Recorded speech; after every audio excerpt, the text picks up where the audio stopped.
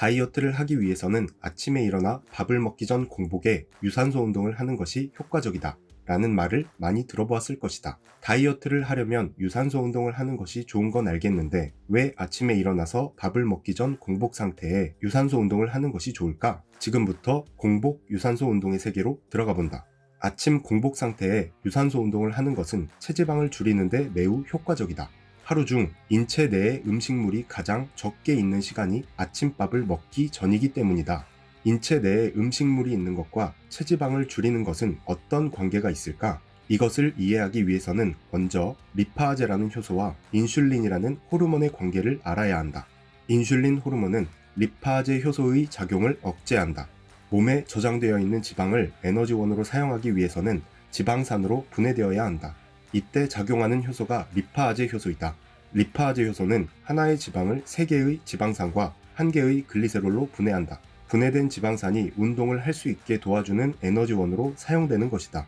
하지만 우리가 음식을 먹게 되면 내장에서 탄수화물이 분해되어 포도당이 생성되고 생성된 포도당을 몸에 저장하기 위해 췌장, 이자에서 인슐린이 분비된다. 리파아제 효소는 지방이 에너지원으로 사용될 수 있도록 도와주고 인슐린 호르몬은 포도당을 저장하기 위해 도와준다. 포도당을 저장하기 위해 분비된 인슐린 호르몬은 리파아제 효소의 작용을 억제하여 지방이 에너지원으로 사용되는 것을 방해한다. 따라서 인체 내에 음식물이 없는 상태인 공복 상태에서 인슐린 호르몬의 분비가 적고 리파아제 효소의 작용이 활성화된다. 지방 분해와 에너지원으로서의 지방 사용이 원활해지기 때문에 체지방이 효과적으로 감소되는 것이다. 하지만 공복 유산소 운동의 단점 또한 존재한다. 지방은 탄수화물의 불꽃 안에서 연소한다 라는 말이 있다. 탄수화물이 분해된 포도당이 에너지원으로 사용되어야 지방도 에너지원으로 사용될 수 있다. 탄수화물을 섭취하지 않은 상태에서 오랜 시간 운동을 지속할 경우 간과 근육에 저장되어 있는 포도당인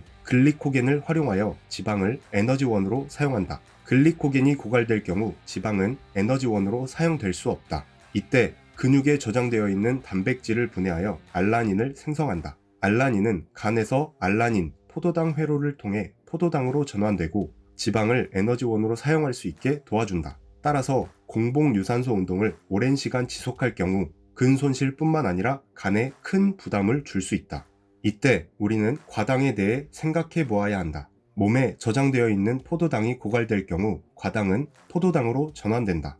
따라서 과당을 섭취할 경우 포도당을 저장하기 위한 인슐린 호르몬의 분비를 막을 수 있고 지방을 에너지원으로 사용하기 위한 리파아제 효소의 작용을 방해하지도 않게 된다. 결국 공복 유산소 운동을 할 때 과당을 섭취하는 것은 체지방 감소에 긍정적인 영향을 줄 뿐만 아니라 포도당이 고갈되었을 때 근손실의 위험을 방지해준다. 하지만 다량의 과당을 섭취할 경우 포만감을 느끼게 하여 식욕 억제 효과를 주는 호르몬인 렙틴 호르몬이 분비되는 양이 적어져 식욕이 잘 감소하지 않으며 렙틴 호르몬에 대한 저항성도 높아져 많은 양의 렙틴 호르몬이 분비되어도 식욕이 감소하지 않는다.